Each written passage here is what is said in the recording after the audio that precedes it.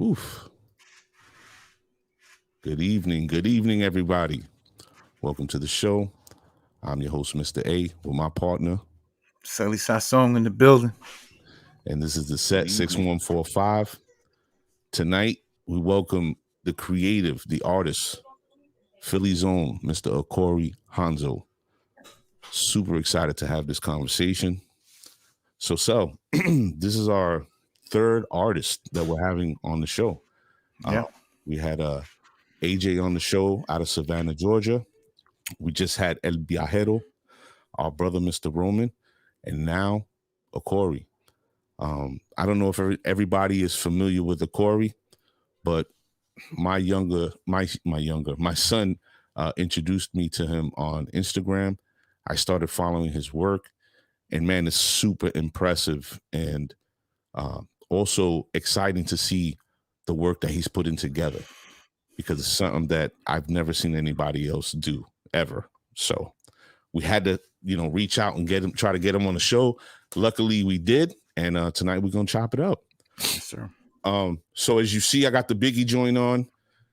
All Yes. you baseball fans don't get mad about the B. This is for Brooklyn. This is for Big. We just had the anniversary of his passing, and it's a Brooklyn thing, so we always gonna show love to Big. Rest in peace to Biggie and all the work that he did, man. I put on Life After Death last night, like laying in the bed, just going to sleep. Listening, like, man, this is crazy. This is a masterpiece right here.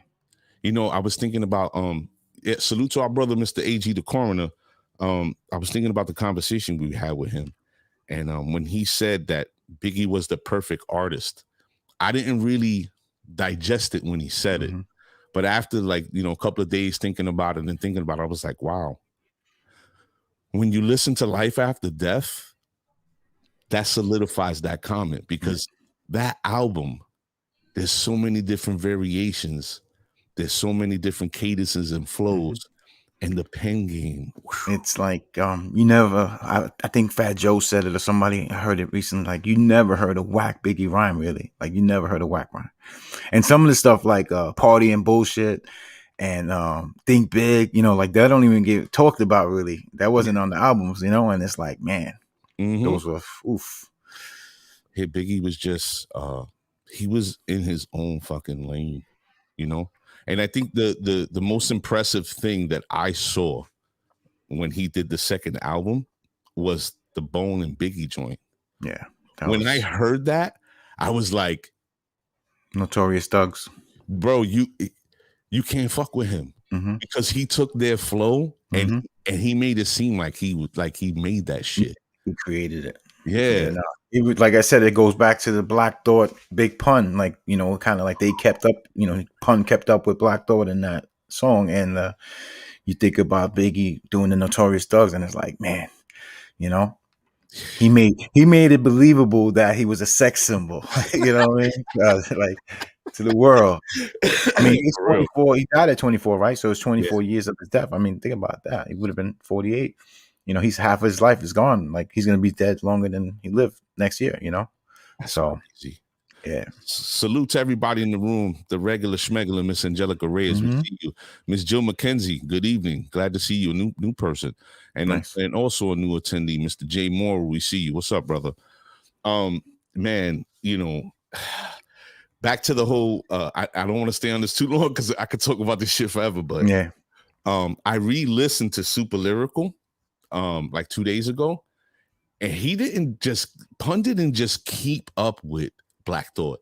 He established like, all right, here's how we running, right? So like if two people are jogging on the track, right, and one of them wants to push the tempo a little bit more, like, yo, we're not gonna jog at this tempo, we're gonna jog at this tempo. If you listen to the song, Pun opens up and he is just fucking letting off, and Black Thought comes in his pocket perfect, right? But if you listen to Pun, he's really like going extra hard to let motherfuckers know, like, yo, I got this. Speaking of going extra hard, man, I don't know, pause. I don't know if you've seen this, what Swiss Beats and Timberland did. Did you see? Beautiful. I mean, beautiful. Like, that's doing it for the culture right there. Not only that, it ties into a guest that we're gonna have the week after next, Minnesota from Soundview. Salute. There's a prelude in his album, that he says, that we're allowing them to take our oil. And what Swizz and Timberland did by making everybody that's been on a shareholder, they can't take the oil. Yeah. In case people don't know, they turned down $400 million for themselves, and they said, "Nah, let's we're gonna do a different deal. We don't know the money yet, what they want, but they're gonna make that in the long run." They sold it to Triller, and they just wanted everyone who was in the Versus family to get a piece of the profit as far as shareholders go. I mean, that's giving, that's reaching back and bringing somebody with you. I would take it even a step further. It's more than reaching back. That's establishing precedent. If you establish yourself in that lane and say, listen, going forward, this is how we moving. We got to make sure the artists keep theirs and eat as well. You're telling the corporate thugs in America, you're not taking no more of our shit. This is our shit, right? This is our culture. This is what we created, and you guys ain't going to be sending your kids to fucking college behind our creativity. So, man. Yeah, man. Big fucking moves. Big moves. Yeah. But I like that. Miss Johanna Rios, we see you. Good evening. But it ain't gonna matter anyway, because the zombie apocalypse is coming. Yeah, I've seen the CDC warning. Yeah. I think, do you think people don't realize taking this vaccine, like the long term, like we're gonna start, like we're gonna see the commercials in like 5 years. Did you take the Moderna vaccine? Yeah. Did you have oily anal secretions? Did you have? Se habla español. Yeah, you know what I mean. The fucking the class action lawsuits are gonna start rolling out. So I think that sort of speaks to that whole. It was crazy before that dropped, that CDC warning. I was thinking about the dude in Florida that was eating, butt naked, eating a person in the street, and then that dropped, and I was like, oh man, they're just warming it up. They're warming it up. People don't pay attention to shit when it happens, and they don't. When you start connecting dots, oh, you're a conspiracy. Listen. Fall back. When you say conspiracy theorist, you're being dismissive because you want to keep yourself believing in this structure that you've lived around your whole life. Yeah. You know what I mean? So when somebody challenges that, it's like the red pill moment when Neil was like, yo, take the blue or the red pill. Everything falls away, your whole reality. And you're like, oh shit, this is what it really is. You could lose your mind could snap. Yeah. So, I don't even want to jump off the deep end, but we're going to have that conversation when the big homie comes on next Sunday. Yeah, no doubt. He's ready for it. So Jill McKenzie says, what about Cuban links? I don't know. Somebody's throwing up flags. But listen, we're glad to have everybody in the room. We're really excited to have our guest on. So what we're going to do now is run this track, and we're going to get this conversation. Yeah, just bring Corey in. For real. Let's go.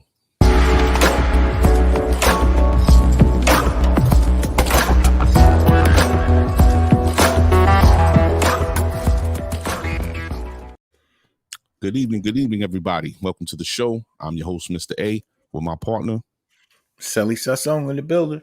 Corona free. You know me. And this is the set 6145. Mr. Wilson Tavares. Oye, mi gente. Comendador. Tonight, we have Philly's own, the artist, the creative, Mr. Acori Honzo. And I hope everybody is ready for this conversation. Mr. Johnny Chavez, we see you. So, you ready to chop it up? Let's do it.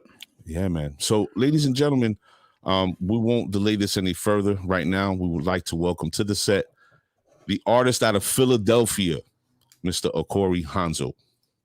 Acori. Peace, bro. Peace. How y'all doing? What's going on, Tom? Good. My favorite track with Big Pun on it is Tres Leches. Oh. Yeah.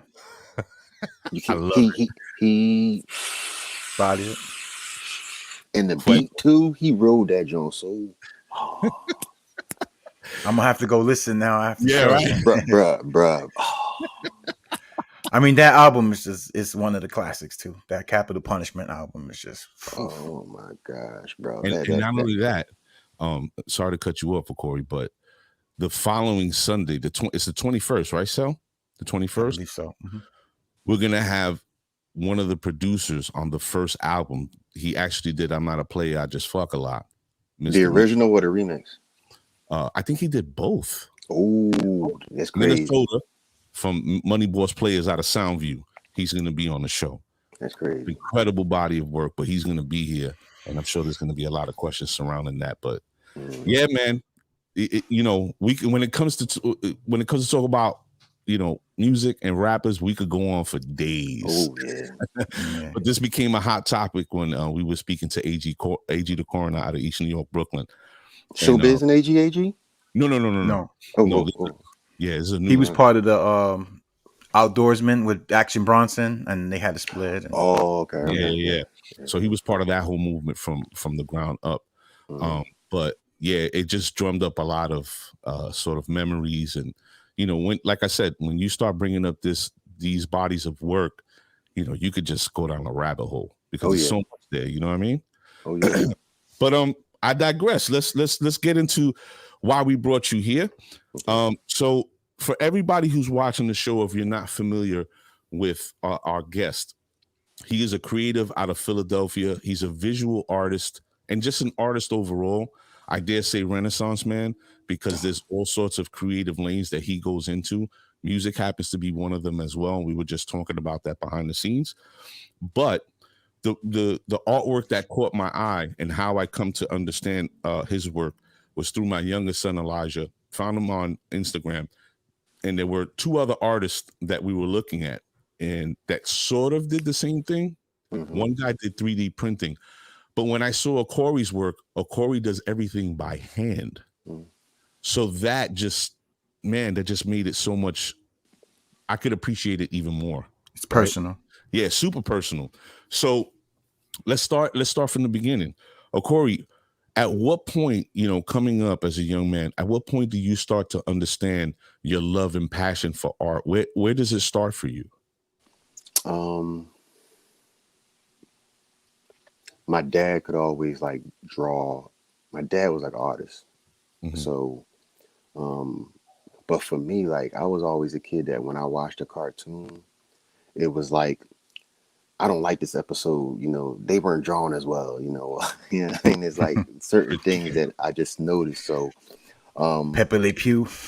Yeah, like even with that perfect example, bro. Like Chuck Jones, like that name Chuck Jones, like you know his style when you see a certain Looney Tune or a certain or he did like the Grinch that stole Christmas. So like even so you notice if he did a Bugs Bunny or if he did a Tom and Jerry. Like I was one of those little kids that would know. So but my so I would ask my dad, like, teach me how to draw. And he just gave me a stick figure and was like filling the lines. Wow. That's crazy. Yeah. So you start you're basically opened up to this creative sort of field through your dad's artwork, right? Do you, as you going through elementary and junior high and high school, is there any sort of vehicle when it comes to creativity that you take to immediately before you start delving into visual arts? Music too, like always like my mom played the piano. Once again with her, it was like, can I learn? Yeah, I'll teach you the scale, do, re, mi. Okay, for me, that I was happy enough to have that, because I know if I could take that, I can go, you know, just the basics, I can go wherever with that. So from that, I started playing the violin.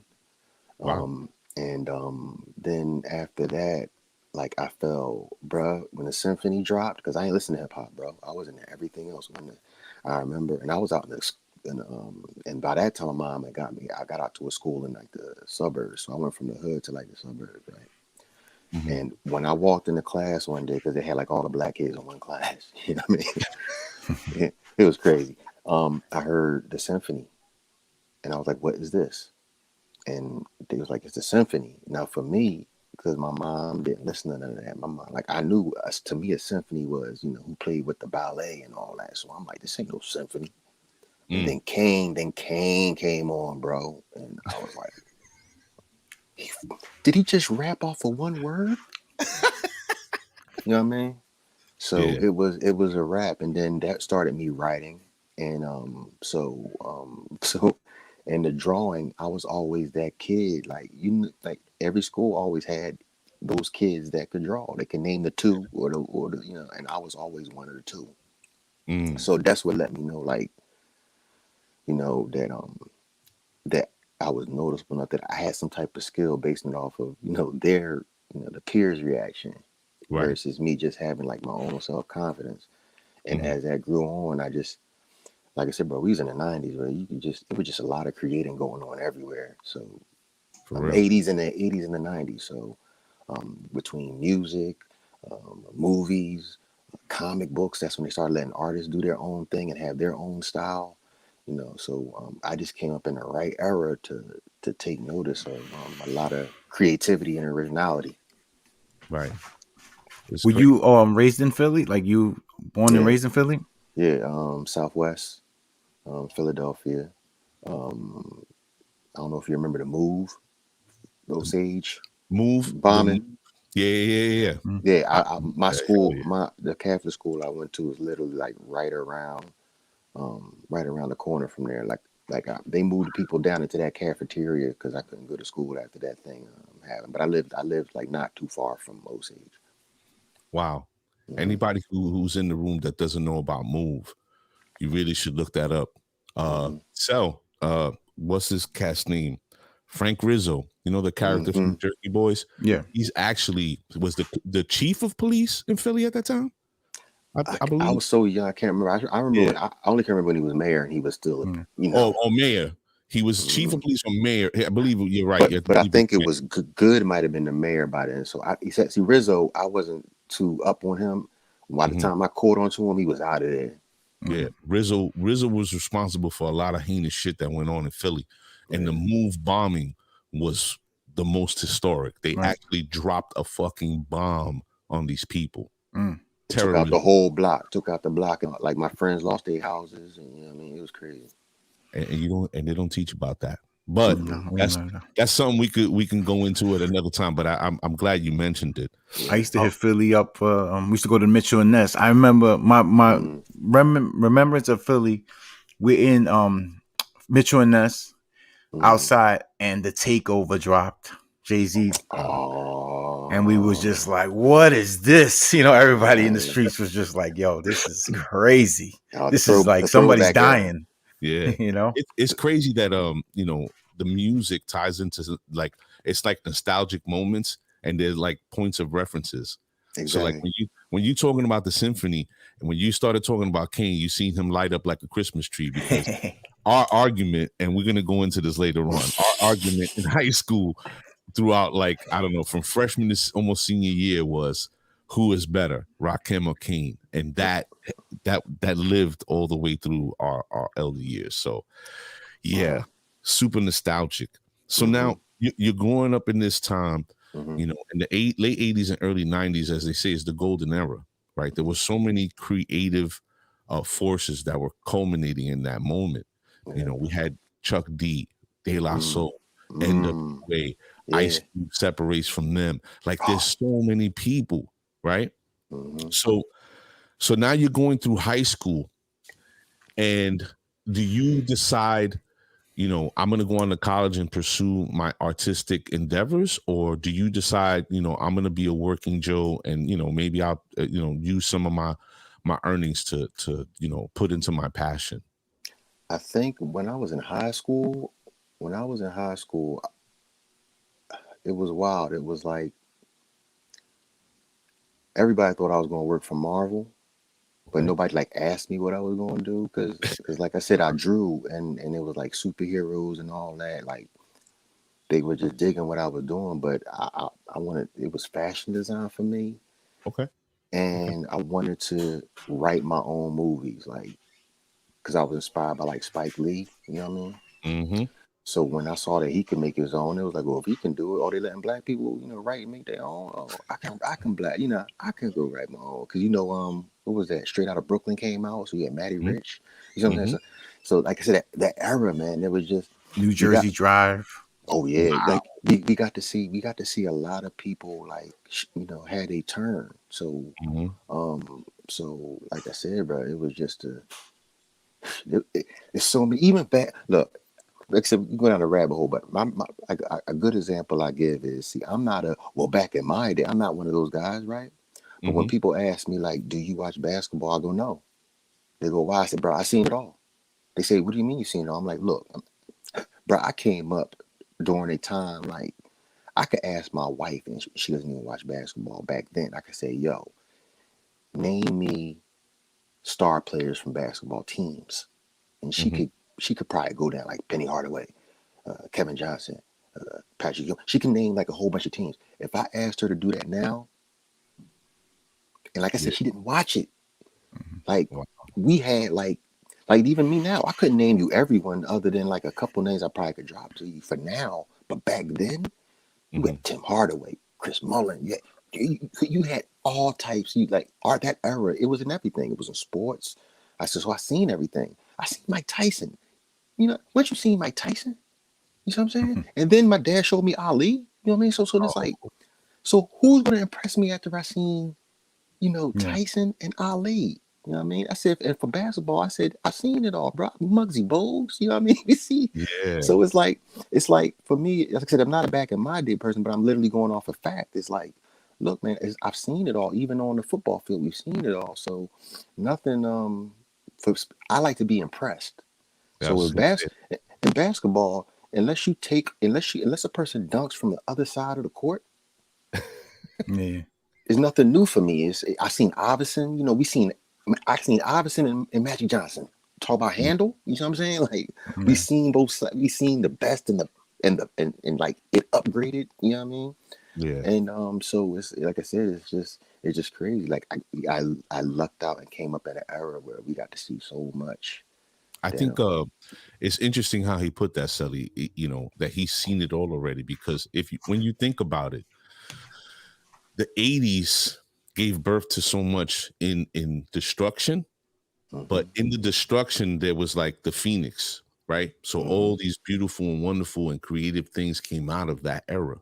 There was right. so much death and carnage and whatever due to the crack era and heroin, and how hmm it really like took a stranglehold on the country, especially in the hood, Oh especially yeah, where we grew up, yeah, right? yeah, right. But in that same moment, there was so much coming out that was amazing.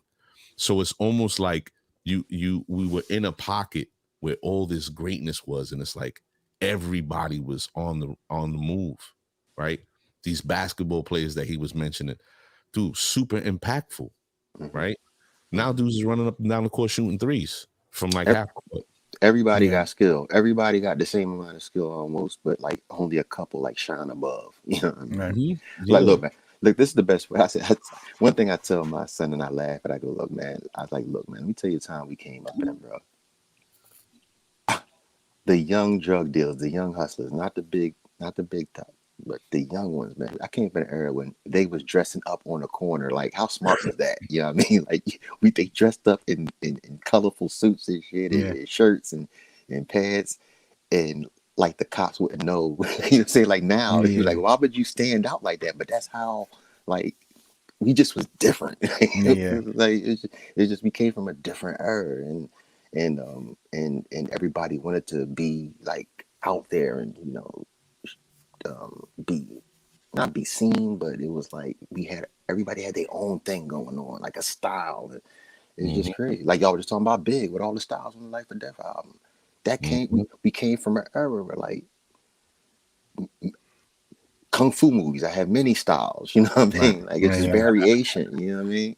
hmm Yeah, for real. Wu Um, Tang Clan, like uh, in that group alone, there was different styles. oh yeah, You play exactly. album, you play an album now from someone, and it's the same mumble, Yeah, yeah, throughout. bro. Yeah, bro. Yeah, the woo, like, bro. When I saw Old Dirty in his first interview, and he said, "I'm on welfare right now. Don't tell nobody." Yeah. You know what I'm saying? Yeah, that wasn't smart. Who would say that now? Who Yeah. would who? They all say I'm rich. You see what I'm Yeah, saying? yeah. Yeah. He came out and said, "I'm on well, yo." Remember we was on MTV and And he he was had in the the limo. ID. He was in the limo and went and picked up his Going food to get his stamps. food stamps. Yeah, and you He's know the what's great. He's one of my all time favorites. it's crazy because this is another thing that we had brought up maybe a week or two ago, how the Wu-Tang has been banned from the radio. I wasn't aware of this, and I come to find this out now. But in that moment, I started pulling up Wu joints, like going to work, whatever, and just playing them heavy. And I was listening to, I pulled up Reunited because Reunited happens to be, that track is just, it does something. But when I sat down and I was listening to it, I realized that you had three cousins on the track. You had RZA, Jizza, and Old Dirty. And then who closes it out, it sort of puts the icing on the cake is Method Man. But it just, oh man, it's so, their work is just too impressive, man. It just really is. Oh yeah. So now, Acori, you're in this moment trying to find where you're gonna fit in life, so to speak, right? So where do you end up going? Like, does it turn out that you go to college, or like what happens? About it like that. This is where it gets funny. Mm-hmm. For me, I said I always thought outside the box. Mm-hmm. So in high school, when they're like career day and like they like plan out what you want to do, remember I wanted to write my own movies, right? Right. So I'm starting thinking like, you know what? How can I make a movie, my own movie, and like do everything myself, and I don't have to get no actors or nobody. I can do everything myself. I know.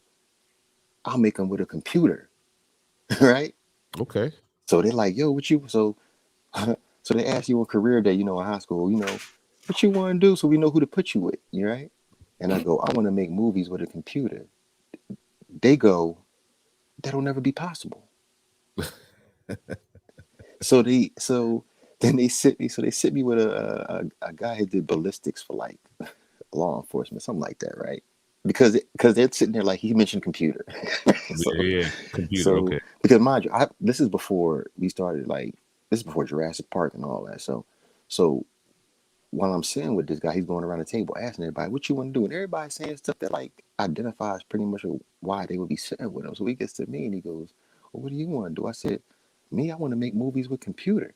He looks at me like I'm crazy and he goes, that'll never happen. It's not possible. So from that it had me going, wow, dang, it's not, maybe I could figure it out. So what I did was in college, I was like, I guess I'm gonna have to take art and computer science and figure out how to meld them. Like my mind, because and then Jurassic Park came out, and I was like, I could choke every adult that told me that that this was impossible, and I pretty much threw on my towel on that. Was like, well, I just seen him. Steven Spielberg done killed it. It exists. So what will I do? And so I got the conditioning, like, because it comes from the generational thing. It's like, yo, you got to go work. You got to go work for somebody else, and be the first person in the door, the last one out. They'll respect you. You'll get a promotion and all that. But just like I came up in a dope era. I came in the workforce at the worst era when all of that advancement, bonuses, all that was going out the window. Right. So I went into that job space, but I still was taught like, keep your head down, do your work, just work hard, work hard, work hard. And slowly, I lost the thought of me doing my own thing. But in that time, I always I always kept creating. I always kept making some music. I wrote 16 every day going to the job. Like in me, it just was something I had to do because like, it's like if I don't do it, I'll die. You know what I'm saying? I get that. If you don't, when you're so passionate about something, and even like, I can, this can be relatable to my partner who's played baseball pretty much since, almost birth. It is something that I've watched him do growing up pretty much our whole lifetime, right? And I used to be like, wow, like, what's the point? I understand he loves the game, but like, what's the point? You're like 30-some years old still playing ball. But it makes sense because if you feel like so passionate about it and you love the game or being creative or being artist or musician or whatever, if you don't do it, you feel dead, right? Yeah. You feel empty. Yeah. So I can definitely relate to that. Oh yeah. So now you're in the world, you know, but you're still maintaining, the creative side of yourself. And, I'm sure that being a 9 to 5 type, man, that got a weigh on you, right? Yeah. At what point do you start to understand, I need to kind of break away from this and really feed, who I am? You Yeah. understand? Oh yeah. Yeah. I had been working for. I had I never like got fired. I never quit a job. Like I've never took a step back. And every job I had like was always something benefited, more pay or something like that. Hmm. But like the last job I had, bro, I worked there for like 5 years and I didn't get a raise once. Right? What? Yeah. And but what happened was when I realized that, I was like, you know what? You know what? Um, I'm going to start since I'm not getting a raise. I'm going to and you took all my time. I'm gonna sit at my desk every day and teach myself to sculpt in front of your faces. You're gonna fire me, and I'm gonna collect unemployment and learn on your time. It's because you took all of mine. They took a year to fire me, right? Wait a minute. Hold on. Yeah, Hold your thought. Don't lose it. yeah. You were sitting at your desk at work. I don't know what kind of job you had, whatever it was, Bro, you can but look at my Instagram. you were literally teaching yourself how to sculpt at work in front of their faces for a year until they were like, "Hey, buddy, yeah, you gotta go." Bro, you can go on my Instagram, and if you go all the way back to the beginning of my Instagram, you'll see when I went from like drawing to like Mhm. sculpts, and they look nothing like what I do today. Those are at my desk, bro. Fuck y'all. I love it. Yep. Heads all over my desk. What? Yep. That's what's up. So, Acori, are you a Kill Bill fan? With That, Hattori that, Hanzo? that's my brother gave me the name from that. He gave me the name of that because I made beats. And well, like I do in my art, I didn't just give them to everybody. And pretty much you had to come see me to get one. Mm. One. Mm. So One? so we were watching the movie. My brother was like, "Yo, man, that's you. That's you, man. We gotta go through all this junk just to get one beat from you. Mm, Like you gotta get the sword, man. You're mm, Acori Honzo." mm. And I was like, That got a nice ring to it. when Yeah, I wrote it out, and I was like, it "Yo, works. it makes sense. Like it makes Yeah. sense because that's how I You're am a in my art now." craftsman. Yeah, you crap. Yeah, exactly, bro. And it's like, and I love Tarantino, bro. So like it just made sense. And then the best part about it is, I was like, yo, the ill thing is going to be when they say my name or when they see my name, they're not going to automatically know I'm a black dude. What's crazy Run is DMC? You don't look like Run DMC. Remember that Yeah, shit back? you took it back. the, yeah, the crazy thing that I come to understand, and for the audience, we had a conversation, Acori and myself, and he was explaining to me how he just doesn't sell his work to anybody, which I thought was not. I wasn't confused by it because I understand valuing what you create, mm-hmm, right? Which ultimately leads to you setting the value and pricing of that piece of work that you've done. mm-hmm, So when I listened to him tell me this, I was like, wow, this fucking guy's a genius. Because again, if you flood the market, everybody got it.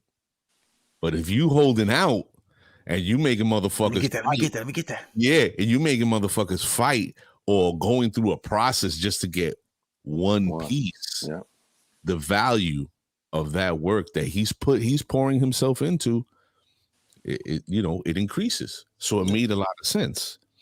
But everybody in the room, if you're Instagram, if you're on Instagram, please go to Instagram and follow Acori Honzo and look at his actual work. Man, it is sick. So with that said, I want to get into that part. okay, when did it go from, like you're saying, you learned how to sculpt on the job? What gave you the inspiration to say, you know what, I don't want to do drawings or paintings or anything of that, those vehicles of art? What gave you the inspiration to say, hey, and I don't want to say action figures or dolls, I'm just going to No. say art. Oh What no. made you go into that vehicle of creativity? Yeah. Like I said, when I see someone do something Mm-hmm. and I go, oh, I want to do that, I just start doing it. So, um, what happened was, y'all remember the Dark Knight with Heath Ledger? Mm-hmm. Like when he passed away, after that, me and my wife were like, we didn't collect these figures. I didn't collect these figures, but me and my wife were like, we just went to this comic book store in like an area we had moved to, and we were just walking around, just looking in there, right? And right before we leave out, she sees a Heath Ledger Joker figure, and it's in a box, and it's sitting up high, and it's like $100. And she was like, you know what? I want that. And this is before like we have a lot of like we got memorabilia for everything now. Back then it was like I was like, she was like, yeah, should I get it? I'm like, yeah, get it. So she got the piece and brought it home and it sat in our wardrobe. And when I started looking at it, I noticed like, look at the detail. Wow, look, he got a little clip for the gun. He got the cards. He got it's all this detail. Clothing's tailored. And I was like, Mm-hmm. yo, I want a piece. I want, you know what? I want something like this. So then I went looking for something that I would like, but there weren't no like African American pieces like that, or like the only thing that was a blade. It's like it wasn't nothing crazy. So for me, it was like, you know what? I want Snoop from The Wire. All right, how am I going to make Snoop from The Wire? Like that was my first thought, and so I started.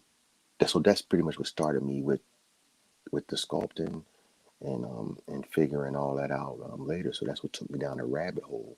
And what happened was I didn't have the skill set when I first started to make her.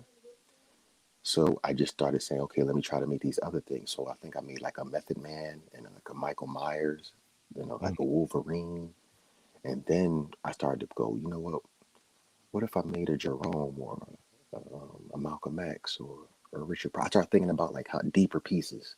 Like if a person saw it, they go, "Oh man, you got a little Fred Sanford. Like where that come from?" Or you know, and it like that's where the rabbit hole goes down. So pretty much from me saying, "Wow, what would be a sick thing to just see?" You Mm-hmm. know, for me, um, that's where it started. So I make my pieces for me because I enjoy them.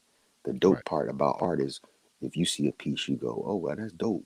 That's where we connect. It like because it's like an album. It's like somebody may have a trash album, but one track may be good. I got all these pieces of art. Not everybody connects with every single piece of art, but someone's gonna find that one they connect with, and that's where we connect. So that's why it's like that's why I don't even push like it's like so that's why it's like I'm not making something to sell. I'm just making something that sells. You dig?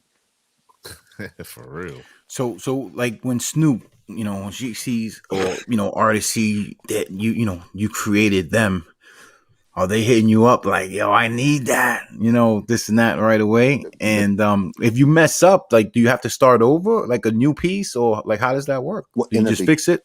in the beginning, I used to like I said in the beginning, I used to everything was like clay sculpt, had clothing was like tailored clothing, but I was like trying to put it together any way I could. I go get an old Ken doll clothing or Barbie doll clothing, and what happens is with a clay sculpt is, you know, it falls, it can breaks, right? So then I said, oh wow, or if I don't like the paint, I try to take the paint off. I could damage the sculpt. So what I did was I started learning how to cast in resin.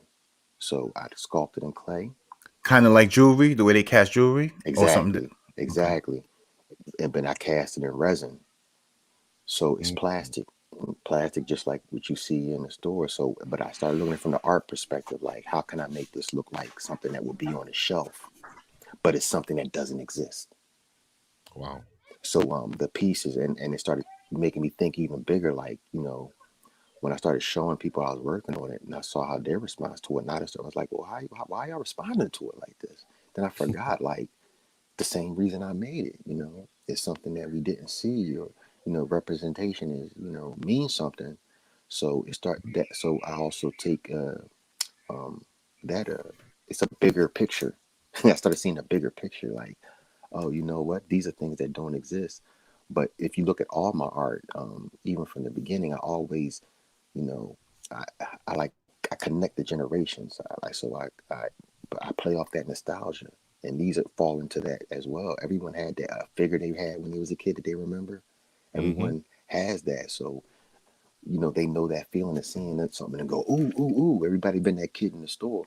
So I just give you that feeling. So when you walk by, and if you walk by and you see, you know, a little James Baldwin in the window, or a little Langston Hughes, like an older person may see that. But then a younger person may go, is that Nipsey Hussle? Oh Mm-hmm. wow. Oh wow. And then what will happen is the older person goes, the younger person will go, well, who's that? The older person will explain to them, that's James Baldwin. And then the older person will go, who's that? Another person will go, that's Nipsey Hussle.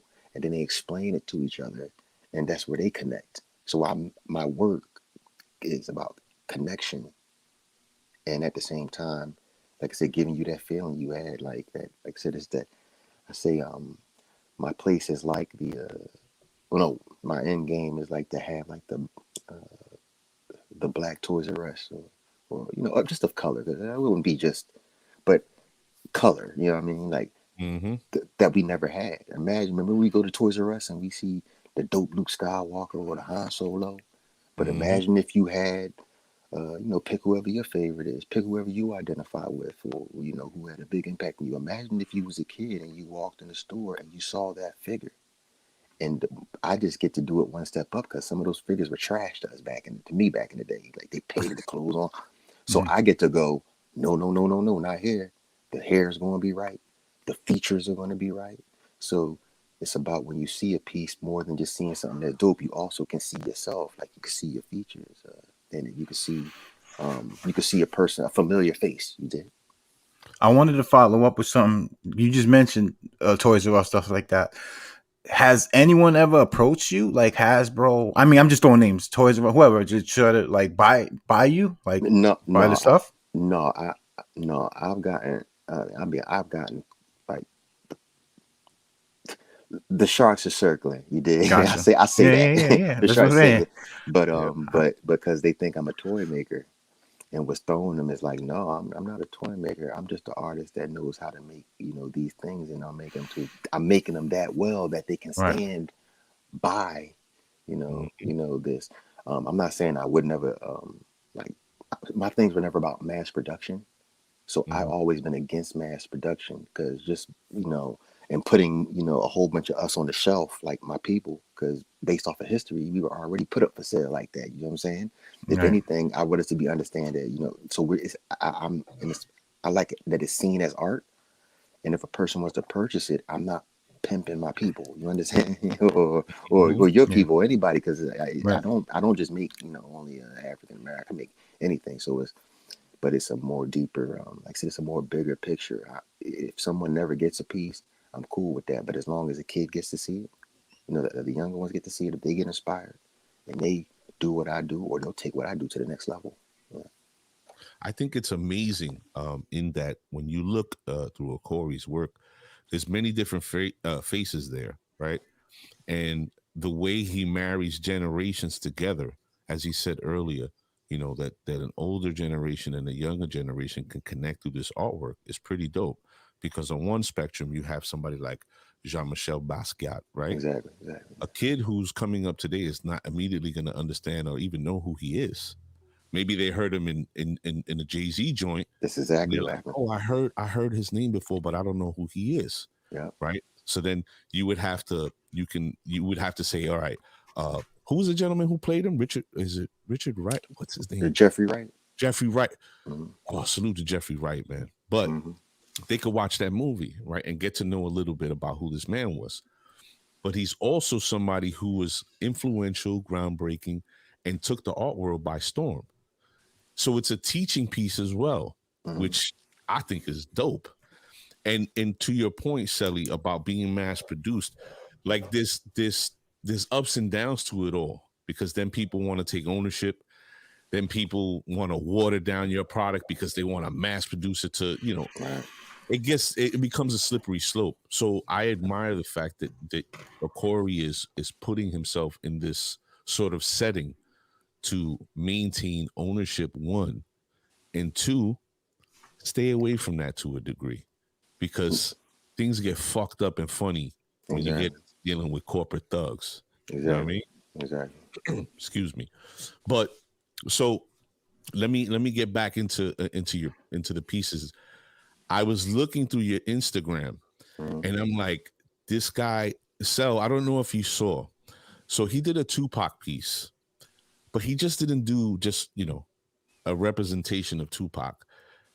This is Tupac in Juice, the 40 Belows, Mm-hmm. the Mm-hmm. denim jacket, Mm-hmm. like all the details are there, right? He did a Biggie piece. He's done. You got the work there. If you want to highlight it, show it up for the people, maybe they could check it.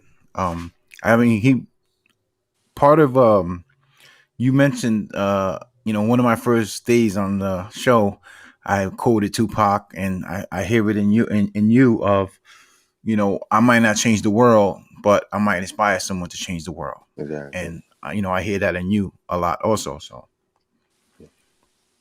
The work is definitely speaking volumes. Let me pull this up for everybody. So if you guys are seeing the screen, this is a Corey in his creative process, and you see all these pieces. I seen you had James Baldwin sitting with Jean Michel, Yeah. and I The, thought, I the was just like, the the conversation. That's what it's called. The conversation. man, that is crazy. It really is. Mm-hmm. And again, the detail on the work. I mean, you know, when you look at people's artwork, art is subjective, right? Yeah. Right. So you're gonna see it one way, I'm gonna see it one way, Sally might see it another way, and the audience might see things in their own way. Mm-hmm. When I look at these pieces, call m- yeah, dude, do you see the brother? me. Yeah. Yeah. S- Super influential. We try to peroxide our hair. Yeah. Yeah. I mean, look at this, the prior pieces with Marvin. And Mm-hmm. and you know what, Corey, I'm glad I clicked on this. I could really appreciate the fact that you sort of helped Richard Pryor look. He showed his Puerto Rican side, which a lot of people don't know about, and it It's how showed. my dad dresses. Yeah, Yeah. exactly. You can see it. But man, this work is just, you know, look at the details, son. Look at the Timbs, the Yeah. Death Row chain. Hmm. Like, Yeah. That was me. You remember? I, for something. I'm not 100% sure. Oh, that's Dapper Dan checking out my that Eric. is Dapper Dan right Yeah. there. He's checking out. Yeah. Yeah. I can't speak on no more of that though. Mm. Oh but man. but that pot that I did right there was me. I said, yo, let me style pot like a New York dude. Mhm.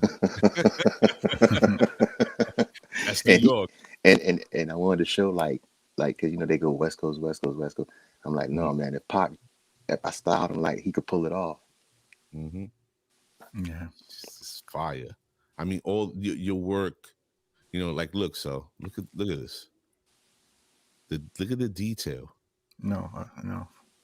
Got the hoodie, the flight. Oh, he did the Nipsey joint. Like, Hmm. it's just, and it's while we're on the topic of this, I want to shout out my brother, Mr. Sean A. Corey, all the way from Fort Wayne, Indiana, who has his clothing line. He has a store in Brooklyn called Leisure Life. But Mr. Corey is an amazing visual artist, does oil paintings. Mm. I have like two of his pieces that I purchased for my brother. One of the things that I See, I I did got, Elf. yeah, I was wondering, I was like, yo, did he really just do that? Yeah, yeah. Someone, but that's what I'm saying. This is how it works. Someone told me like it was a meaningful thing for their wife because Mhm. I think that was a favorite movie them and her dad. I think the person and their dad watched. Okay. Around Christmas time, and their dad passed away. Mm. Wow. So I'm saying, like, I don't do work for like just anybody, but it has to mean something even on that level. Like even if it's not for me, if it has to mean something for me to make Right. it. You know, some people will go, "Can you make me? Can you make me? Can you make me?" And it's like, yeah, I can, but like, I don't want to. what did you do? What did you like? What did you do? That did you contribute? Like, what's the story behind you? Is there something that you know that's special about you, or there's something Mhm. that you that has to make me like feel it, you know, and want to do it. Come on, Mr. A. We need to set that. we need to make Right. Corey feel it, man. Yeah, But it's again, these pieces that he create, they just, you know, there's so much of Yeah, himself. detail and oof. Yeah. But Mhm. you have to be that passionate about what you're doing to make things to create to that level, right? And me looking at his work from the time that Elijah started telling me, Dad, you gotta check this guy out. I could see it in all the postings. Like you can just see that this guy is putting himself into his work. yeah. People people often, like we spoke about earlier, what was it? Flattery, uh Imitation form flattery. Imitation. the highest form of flattery. You've seen people do that before. Like, oh, I'm gonna get on this guy's, Jones, and I'm gonna do this just like he does. It doesn't come across the same. And Yeah. the reason why is because the person that's actually doing it, it's part of who they are. It's their Yeah, soul. yeah, So when I was viewing his Instagram, his artwork says that to me. It's not something that he's just doing to do. It's a part of who he is. right. And right now, putting himself in this pocket where you got people, you have artists that are like, hey, I need that. You know what I mean? Or people saying, I want you to make this for me. And he's just like, yeah, but who are you? What did you do that? So why? Give me a reason why I should give you access to part of who I am. Bro, let me tell you Mm. this. I'm gonna tell you what played a big part in it. It was a lady. I went to Detroit when I first started doing these things. Detroit invited me out to the Detroit Doll Show because even they thought like I just made dolls, but I took it because it was like the largest black doll circuit, and Convention. I just wanted them to see like what I was doing, Mhm. because I knew it was something that they weren't used to. Wouldn't see. I thought it was the response, the feedback would be dope because it's mostly you don't see a lot of male dolls in those shows, and I would Right. just take. So there was a lady there who told me that like the universe was telling her to speak to me, and she Okay. told me when she saw what I was doing and she figured out what I was doing, she said, "Look, I'm gonna tell you what. When these people ask you to make a figure of them, what you should say to them is first no, and then you should say to them, um, why do I have to make a figure of you? Did you go ask Jay-Z to write a song about you? Like when That you hear a person on the radio, do you go contact them and want them to ask them to write a song about you? So what makes you so different?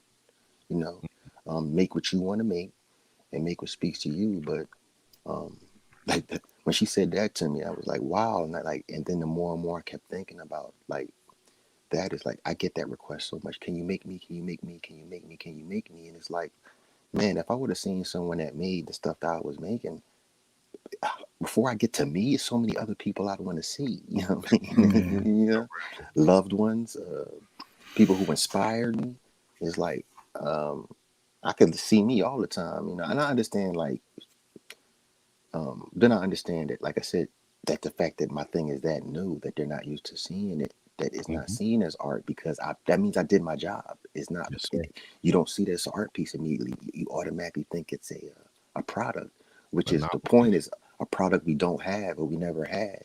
So your response is, wow, I like to see myself, and I understand it. But like I said, it's just a little deeper thing to it. But it just has to speak to me. So, like I said, Mhm. or not see selfishness in it. You know what I'm saying? That's Right. another thing.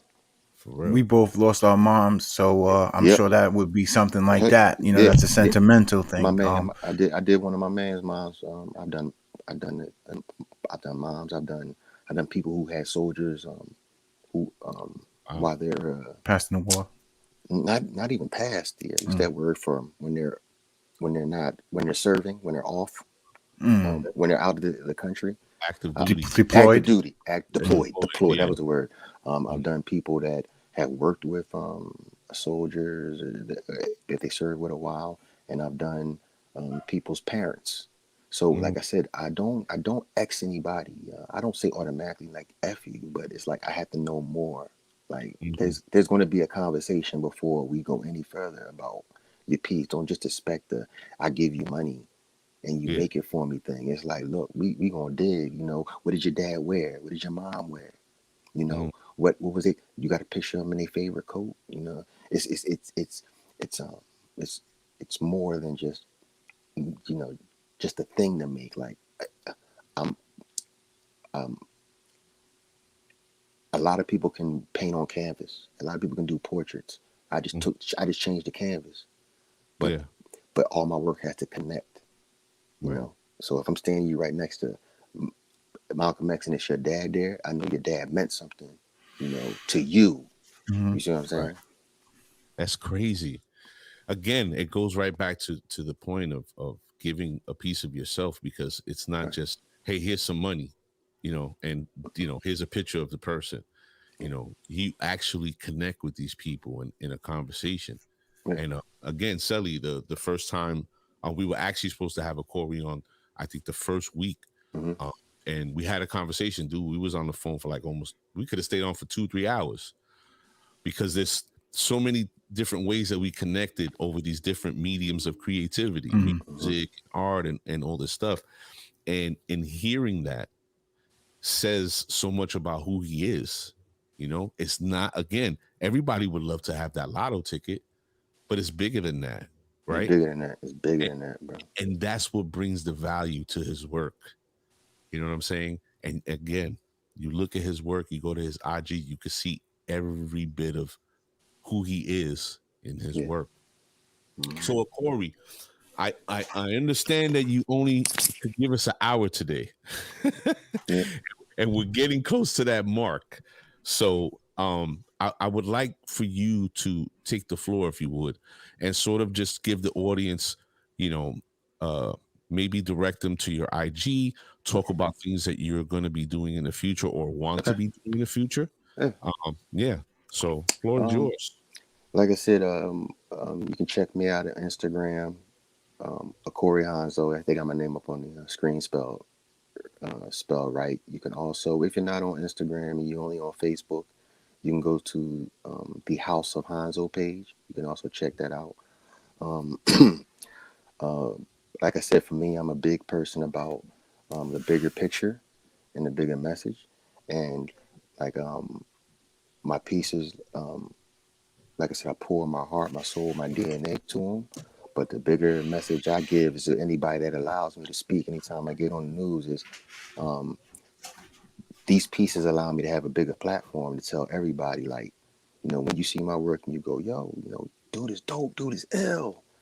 Um, I appreciate it, but what I want everybody else to know is, like, I'm from the curb, just like everybody else, and we all are dope. Like, we all are ill, and whatever it is, the thing is that you want to do, or even if you don't have a clear path, but there's certain things, just as long as you just enjoy a specific thing. Don't let anybody, dampen that flame out or, put it out, because we all are conditioned to to not, see all of our potential. You see what I'm saying? What my biggest advice, and this is for anybody, but especially the youth, is you know what whatever rule that you set up, because a lot of us do this. We're conditioned. We put a rule in our head that only we know. If we think about this, there's a thing all of us always have. There's something that we don't do because there's a rule we set for ourselves when we think about it. No one told us this thing. Hmm. And my thing is to take that rule and just throw it out the window, because that's what will hold us back. It's something that will set us up for disappointment from ourselves, or like you could say, hey, I want to do a podcast, right? But a person will be like, yeah, and I gotta have my podcast ready by this summer. And it's like, no, don't do that to yourself. Don't say, hey, it has to be ready by this summer. It may not be ready by the summer. You may need longer than that. Like, it's the thing is, don't we are conditioned to like stifle ourselves Just take things a day at a time, you know, and find out what tools you need. And I operate on use whatever resources I have available. So, you know, when I first looked at these figures, I could have been like, hey, I can't do that. Look, where's that plastic? Well, it's like, no, I don't know how to do that. But, what resources do we have available?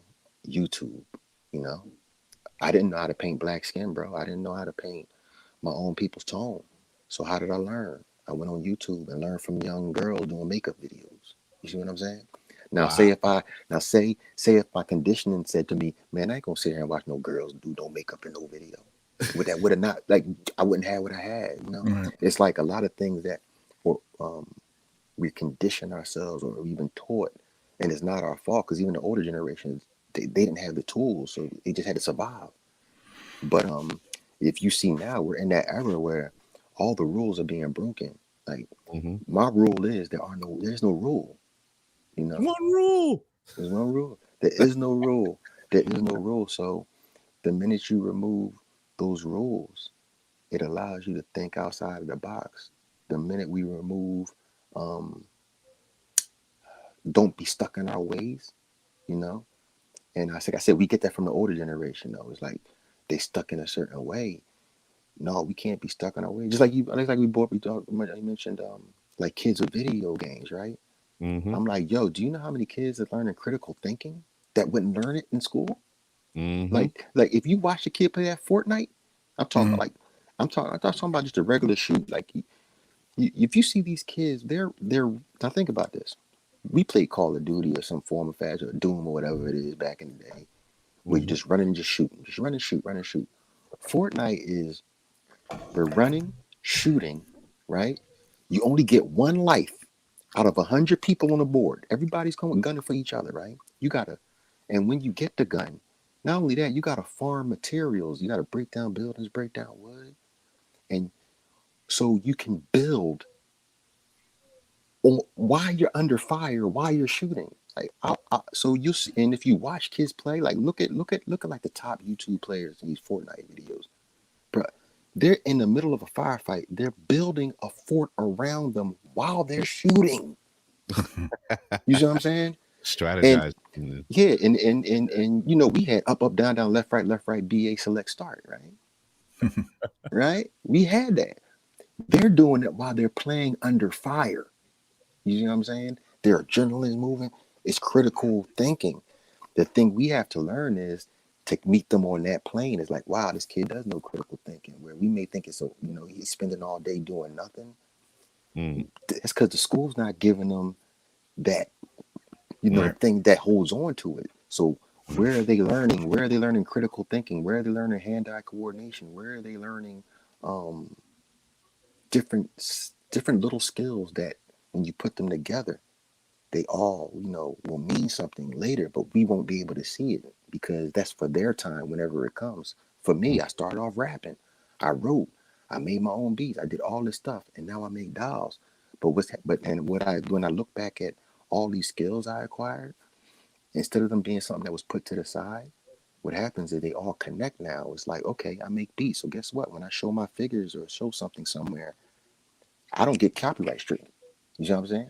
Yeah. I have endless supply of music I've worked on, or if I want to make my own box, I can do the whole thing, myself because I learned graphic art. If I want to figure out a caption, or if I want, well, I have done it. I come up with characters.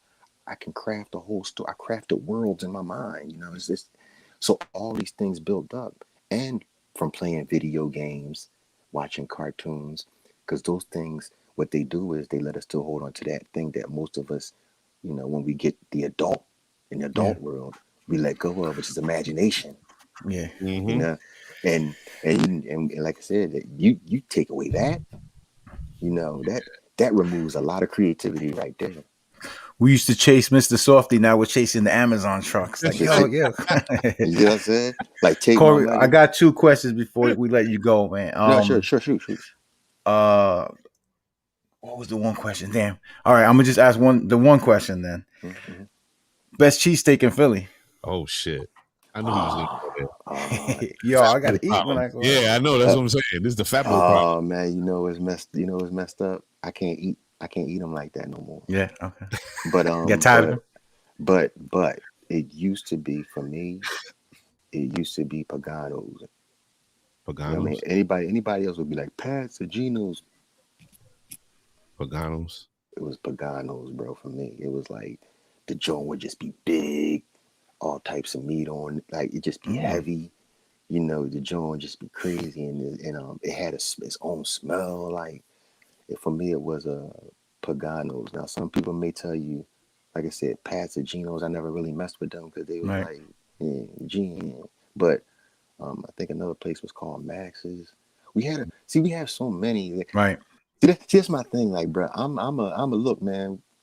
I couldn't tell you that because my attitude is always, look, we got it all. We got the option, so we all win. It's like, so I Everybody can't can have do a different taste. Yeah. exactly. It's like it's not. I can't do great taste unless feeling, bro. It's like you All feel what I relative. said? It's like we all win, bro. Like, look, you got your set of music you may like. I may like this new thing coming out. But guess what? I can't say yours is whack. Yours is a reason for yours contributed to mine. Like, and guess what? The best thing about now is, bro, we can listen to all that. You can take advantage of all that you like because we have all the options. So we're here with the cheesesteak thing. Like I said, it's a hard thing. And on top of that, like health wise, I can't eat it. So if I did, I probably would be able to give you a name and have a favorite spot for you. I could just tell you like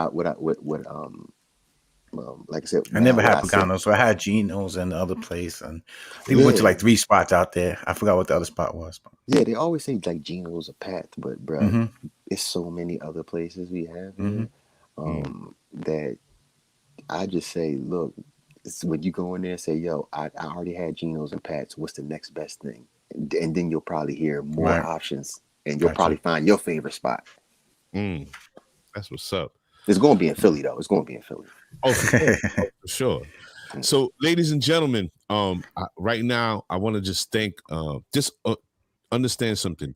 Every guest that has come to the show, we always let them know you're now a part of the set family. If in the future you have an event, you have a show, you have something big coming up, whatever it may be, and you want to promote it, even if it's 5 minutes, even if it's 25 minutes, whatever, you reach out. The platform is yours. This platform is about real people telling real stories, and we want to continue that trend to sort of build a community. So just understand there's an open door policy here. You welcome back anytime. All you I, do is hit us up, and it's yours, brother. I appreciate it, bro. I told you before, I'm no cloud chaser. I ain't looking for no fame, bro. I just want to do the work, and you see the love and you feel it. So For sure. for me, my promotion is, yo, we all are dope. You know what I mean? Like Sure. I want to promote that. Like, bro, we need everybody to know how dope they are. Because once people find out how dope they are, bro, just imagine if everybody knew how dope they was, bro. Like, Mm, what would a celebrity be? You see what I'm saying? Yeah. Think about exactly. that. Think about that. Like, think about that. If we all knew how dope we was, it would just be another job. You know what I mean? We all have our own thing. We could appreciate each other for everything that we all can do individually. Mm. People, you need to hear that and take that and digest it, because on every level, if you think about it, we all bring something different to the table, Exactly. and we Exactly. got to recognize that about ourselves and get away from the self-defeating personality, Yeah. right? Yeah. Especially with our children. Yeah. Easier said than done, but yeah, bro. Yeah, for sure. But we got to start somewhere, right? Yeah. And So, it starts with you. yes, sir. Ladies and gentlemen, Mr. Acori Honzo, Philly's Thanks, own. bro. Salute, bro. Listen, can you sit in the green room for a sec while we Yeah. close out the show? Yeah. Awesome. Oof. Ladies and gentlemen, if you did not take anything away from this, I don't know what to tell you. Acori, as you can see, is a dope human being. And we've had quite a few of those on the show.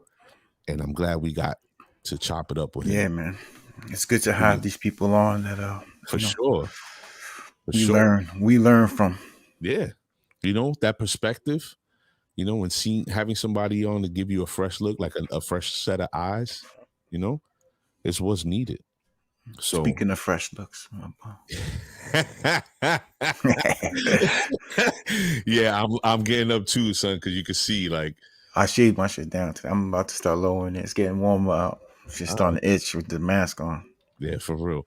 So, ladies and gentlemen, I want to thank everybody for joining us tonight. Just remember that this Sunday, the 14th, we have actor comedian Mr. Another Corey Fernandez coming through.